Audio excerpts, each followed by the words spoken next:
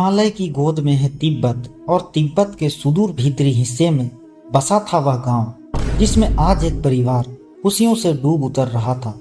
उन्हें यह अंदेशा भी नहीं था कि उनके सर पर मौत तांडव कर रही है। वास्तव में उस परिवार के मुखिया के बेटे की आज शादी थी। वे लोग इतने खुश थे कि उन्होंने उस छोटे से गांव में भी कम से कम 80 लोगों को अपने यहाँ निमंत्रण देकर बुलवा लिया था। वहां पर मंगल गीत गाए जा रहे थे, सभी हर्षोल्लास से झूम रहे थे।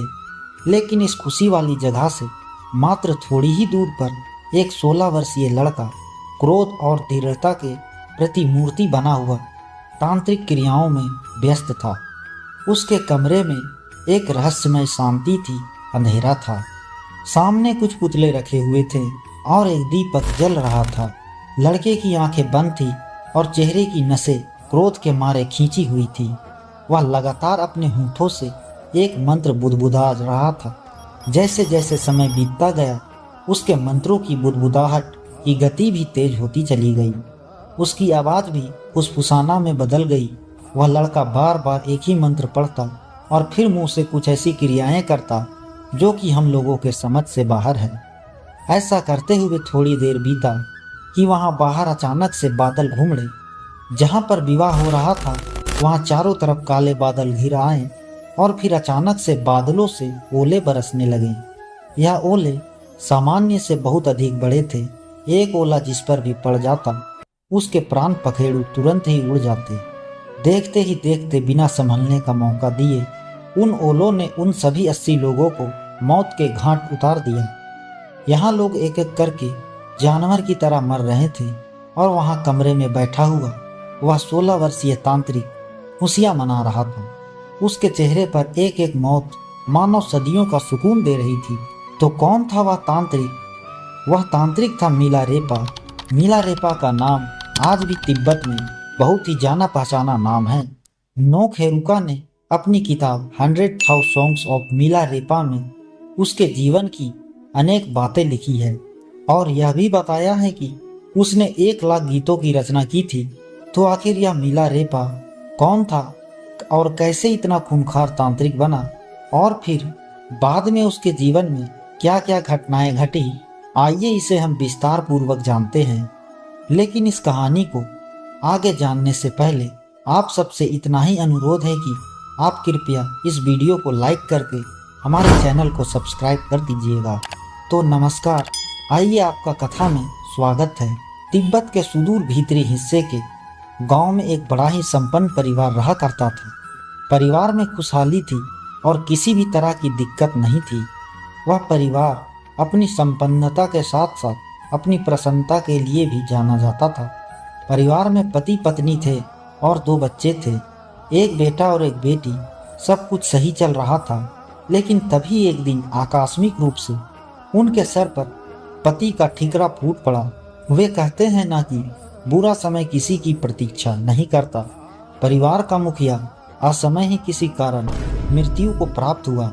उस समय के समाज में स्त्री को मुखिया माना नहीं जाता था और बच्चे अभी बहुत ही छोटे थे। तो उस परिवार का क्या होगा, यह एक बड़ा प्रश्न बनकर सामने आ गया। जो व्यक्ति मरा था उसका एक भाई था।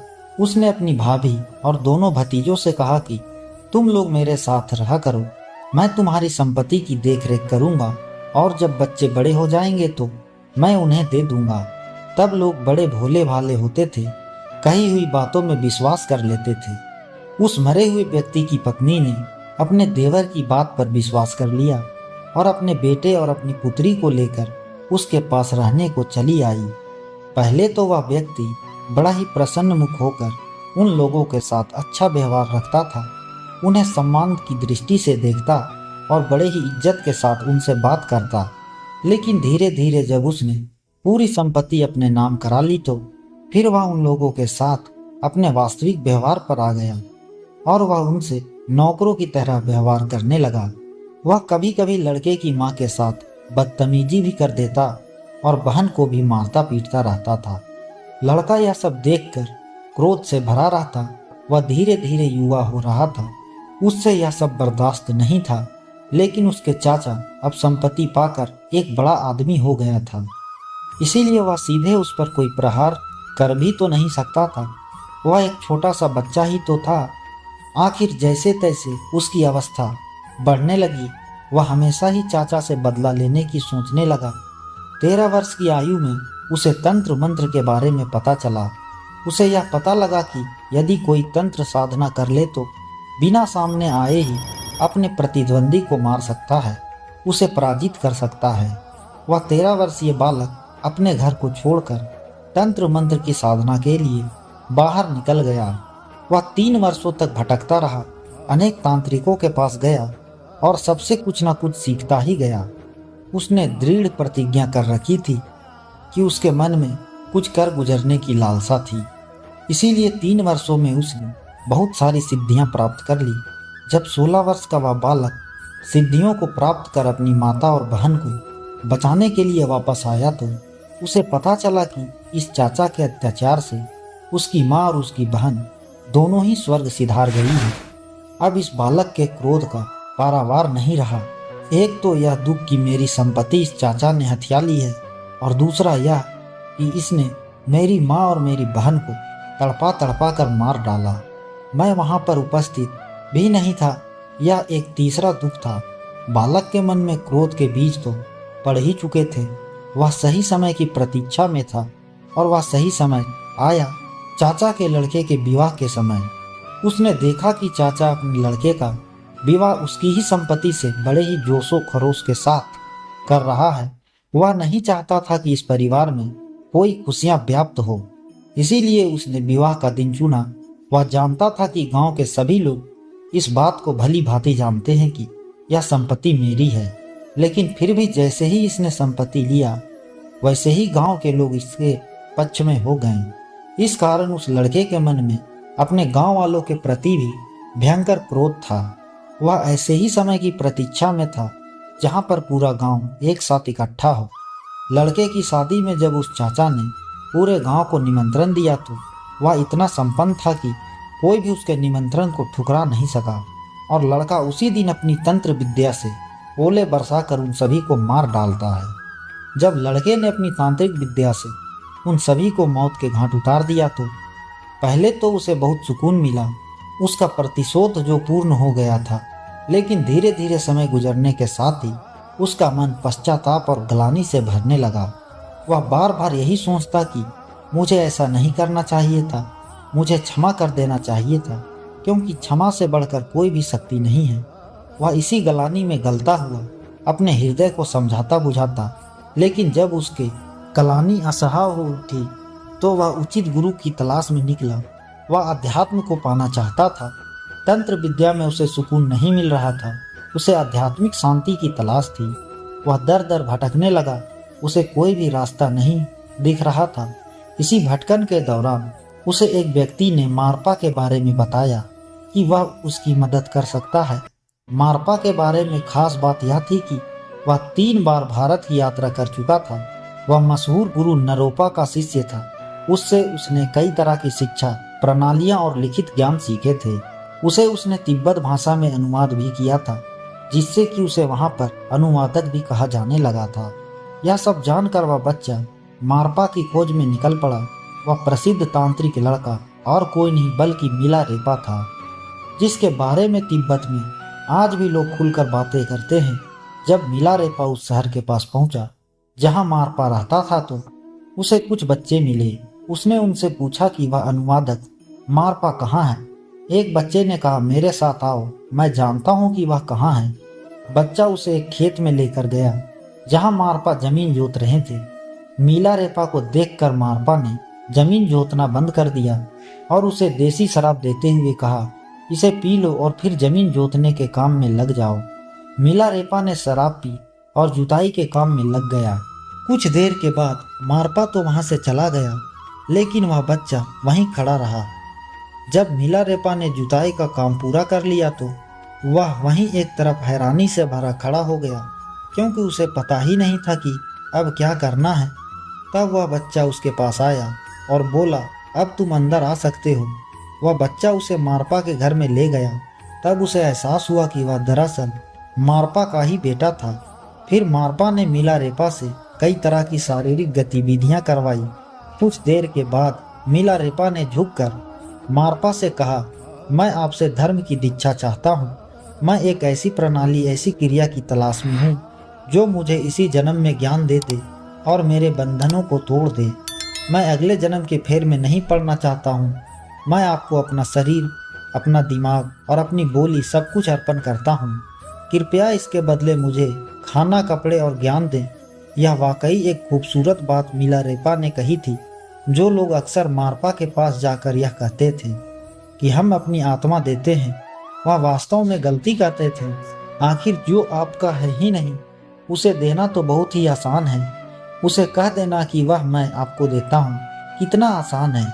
लेकिन जो आपके पास है उसे देना बहुत ही मुश्किल है। अगर आप अपने गुरु को कुछ समर्पित करना चाहते हैं तो अपने शरीर, दिमाग और बोली से बढ़कर कुछ और हो ही नहीं सकता। मिलारेपा की बात सुनने के बाद मारपा ने उसकी ओर देखा और फिर उससे कहा, तुम अपना शरीर, दिमाग और बोली मुझे दे रहे हो, इसके बदले मैं तुम्हें खाना और रहने की जगह ही दे सकता हूँ। ज्ञान के लिए तुमको किसी और को देखना होगा, या फिर मैं तुमको ज्ञान दे सकता हूँ और रहने व खाने का अपना इंतजाम तुमको कहीं और से करना होगा। यह तो तुम्हारी इच्छा पे है। यह सब सुनकर मिलारेपा ने कहा, ठीक है, मुझे आपसे ज्ञान चाहिए। मैं अपने खाने और रहने का बंदोबस्त कर लूंगा। इतना कहकर वह बाहर भिक्षा मांगने के लिए चल गया। मिलारेपा एक जोशीला व्यक्ति था। जो भी करता था उसमें कुछ ज्यादा ही कर बैठता था। वह बाहर भिक्षा मांगने चला गया और काफी दूर दूर तक भीख मांग करके बोरे में गेहूं जमा कर लिया। दरअसल वह एक ही बार में साल भर का खाना जमा कर लेना चाहता था, ताकि मारपा के साथ बैठकर धर्म और ज्ञान की बातें सुकून के साथ सीख सके। उसने बहुत सारा गेहूं जमा कर लिया, जिससे थोड़ा गेहूं बेचकर उसने खाना बनाने के लिए पारंपरिक 4 मोठ वाला तांबे का एक बर्तन खरीदा। गेहूं के भारी बोझ के साथ वह मारपा के घर वापस आया और धड़ाम की आवाज के साथ उसने गेहूं का बोरा नीचे रखा। जब मारपा ने यह आवाज सुनी तो वह दोपहर का खाना खा रहा था। वह खाना खाते हुए बीच में से उठकर बाहर आया और बोला, लगता है तुम बेहद गुस्से में हो। इस गेहूं के बोरे और बर्तन की आवाज से तुमने पूरे घर को दहला दिया। लगता है कि अपने चाचा के घर की तरह तुम इस घर को भी बर्बाद कर दोगे। बस बहुत हो गया, अब निकल जाओ यहाँ से। यह सुनकर मिलारेपा गिड़गिड़ाने लगा और बोला, आपने मुझसे अपना खाना लाने को कहा था तो मैं ले आया, लेकिन यह बहुत भारी था, इसीलिए रखते समय मुझसे यह संभल नहीं पाया और धम से बोरा नीचे आ गिरा। मारपा ने कहा कि नहीं, तुम्हारे रखने का तरीका सही नहीं था। तुम खाने को इस तरह फेंक नहीं सकते। इन सभी बातों का हमेशा ध्यान रखा जाना चाहिए। लोगों के व्यवहार का इसी से समझ आता है कि वह कैसे बैठते हैं, कैसे खड़े होते हैं, कैसे चीजों को रखते हैं और किन बातों को किस तरह से लेते हैं। इसलिए मारपा ने कहा कि अब कुछ भी नहीं हो सकता। तुमने बोरे को ठीक तरीके से ना रखकर उसे फेंका, इसीलिए या तो तुम यहाँ से बाहर जाओ या यहाँ रखकर पहले मेरे घर के काम करो, फिर मैं तुम्हें सिखाऊंगा। कई सालों तक ऐसा ही चलता रहा। मिलारेपा घर का काम करता और दूसरे शिष्य आते और वहाँ चीजों को सीख कर लौट जाते। मिलारेपा को ना तो कोई दीक्षा मिली और ना ही कोई सीख। हालांकि बीच बीच में वह सत्संग के दौरान छिपकर उसके बीच में पहुंच जाता और चाहता कि उसके गुरु से कुछ शिक्षा उसे भी मिल सके। लेकिन जब भी वह छिपकर वहां पहुंचता, तब तक मारपा को पता चल जाता और वह अपने शिष्यों के साथ मिलकर उसकी पिटाई कर देता। ऐसा ही बहुत समय तक चलता रहा। मिलारेपा छिप कर बैठता और मारपा उसकी पिटाई करवा देता। धीरे धीरे जब बहुत समय गुजर गया तो आखिर एक दिन मिलारेपा ने मारपा की पत्नी दमे माँ से याचना की कि दमे माँ मिलारेपा के प्रति एक माँ की तरह सहानुभूति रखती थी। उसने मारपा से कहा कि आप इसे कुछ सिखा क्यों नहीं देते, यह बहुत समय से हमारी सेवा कर रहा है। अपनी पत्नी की बात को सुनकर मारपा ने कहा, यदि यह मेरे बेटे के लिए एक 3 कोने वाला घर बना देगा तो मैं इसे अवश्य ही शिक्षा दूंगा, लेकिन शर्त यह है कि इसे घर को अकेले ही पूरा करना है, उसमें किसी की भी सहायता नहीं लेनी है। मिलारेपा यह शर्त सुनकर शर्त को मान गया और घर बनाने में लग गया। उसने दिन रात एक कर दिया। उसने अपने मेहनत से 3 कोने वाला घर कुछ ही महीनों में बनाकर तैयार कर दिया। हालांकि इस दौरान उसका शरीर बुरी तरह से थक गया था और वह जगह जगह से फट भी गया था। लेकिन जैसे ही 3 कोने वाला घर बनकर तैयार हुआ तो मारपा ने कहा, मुझे यह घर अच्छा नहीं लग रहा है, अगर इसमें 4 कोने होते तो बराबर दिखता। मिलारेपा फिर से अपने काम में लग गया। कुछ महीने के बाद उसने 4 कोने वाला घर बना दिया। फिर मारपा ने कहा, यदि इस घर की बुर्ज 60 फीट ऊंची होती तो कोई बात भी होती। मिलारेपा एक बार फिर से अपने काम में लग गया और वह काम पूरी करता और मारपा उसे कुछ दूसरा काम बता देता। इसी बीच यह भी चलता रहा कि मिलारेपा छिप छिप कर सत्संग सुनने की कोशिश करता और उनके शिष्यों द्वारा पीटा जाता और बाहर आ जाता। तब मिलारेपा ऐसा करते हुए बहुत समय व्यतीत कर देता है तो एक दिन पुनः गुरु पत्नी के पास जाता है और कहता है कि मेरी उम्र अब ढलने लगी है, मैं बूढ़ा होने लगा हूँ, लेकिन फिर भी मुझे कोई ज्ञान नहीं मिला, अब आप ही कुछ कर सकती हैं। तब गुरु की पत्नी ने एक दूसरा उपाय निकाला। उसने मारपा के नाम से एक चिट्ठी तैयार की और मारपा के ही हस्ताक्षर करके मिलारेपा को देते हुए कहा कि इसे लेकर तुम एक भिक्षुक के पास चले जाओ, वह भी तुम्हें आध्यात्मिक शिक्षा दे सकता है। बस उसे कहना कि मेरे गुरु ने यह चिट्ठी दी है जिसके कारण कि तुम मुझे सिखा सकते हो। भिक्षुक वह चिट्ठी पढ़कर मिलारेपा को सिखाने लगा, लेकिन वह जब भी सिखाता मिलारेपा के मन में कुछ जाता ही नहीं था, शिक्षा का कोई प्रभाव नहीं पड़ रहा था। तब भिक्षुक ने कहा कि ऐसा पहले कभी नहीं हुआ, नहीं जरूर तुम्हारे साथ कोई दिक्कत है। तभी वहां पर मारपा भी आ गया। उसने भिक्षुक को फटकार लगाते हुए कहा कि मेरे द्वारा दीक्षा दिए जाने वाले शिष्य को तुम किस तरह से दीक्षित कर सकते हो, यह गुरु धर्म के विपरीत है। तब भिक्षुक ने वह चिट्ठी दिखाई और कहा कि यदि यह चिट्ठी तुम्हारी नहीं है तो वही यह गलती है जिसके कारण मिलारेपा कुछ सीख नहीं पा रहा है। जब मारपा के सामने मिलारेपा का झूठ प्रकट हो गया तो मिलारेपा के मन में बड़ी गलानी हुई। वह अपने हृदय में इतना गल गया कि आत्महत्या के विचार से वहां चला गया। मारपा ने अपनी पत्नी और उस भिक्षुक से कहा, मैं उसे बहुत समय से इसीलिए नहीं सिखा रहा था क्योंकि उसके मन में अहंकार था। वह बार बार चोरी छिपे ज्ञान भी लेना चाहता था। वह निश्चल हृदय का नहीं हो पाया था। हालांकि आज उसको जब गलानी हो रही है तो उसका हृदय पवित्र हो गया है। अब मैं उसे अवश्य ही ज्ञान दूंगा। तब वह मिलारेपा को खोजकर उसे वापस लाया और दीक्षा देने लगा। कुछ समय के बाद मिलारेपा जब पूर्ण रूप से दीक्षित हो गया तो मारपा ने उसे कहा कि अब तुम डाकिनी साधना करो। एक कमरे में बैठकर दिए गए मंत्र के साथ तुम डाकिनी का ध्यान करो। मिलारेपा ऐसा ही करने लगा। 3 दिन बीत गए। कमरे का अंधेरा और मिलारेपा का वह मंत्र, केवल यही 2 लोग उसके साथी थे। मंत्र पढ़ते हुए वह बार बार डाकिनी का ध्यान करता। तीसरे दिन के अंतिम प्रहार में डाकिनी वहां प्रकट हुई। कुछ लोग कहते हैं कि स्वप्न में आई, लेकिन जो भी था डाकिनी मिलारेपा से बात करने लगी। मिलारेपा से बात करते हुए डाकिनी ने कहा कि तुमने गुरु मारपा से कहो कि उसके पास जो पूरी शिक्षा है, जो आखिरी शिक्षा है, वह भी तुम्हें दे दे। तुम्हारी शिक्षा में केवल एक कमी है जिससे कि तुम पूर्ण अभी नहीं हुए हो। मिलारेपा डाकिनी की बात सुनकर अपने गुरु के पास गया और वहां पर जाकर उसने कहा कि गुरुदेव, आपने मुझे एक शिक्षा तो दी ही नहीं। डाकिनी कह रही है कि तुम्हारे पास एक शिक्षा का अभाव है।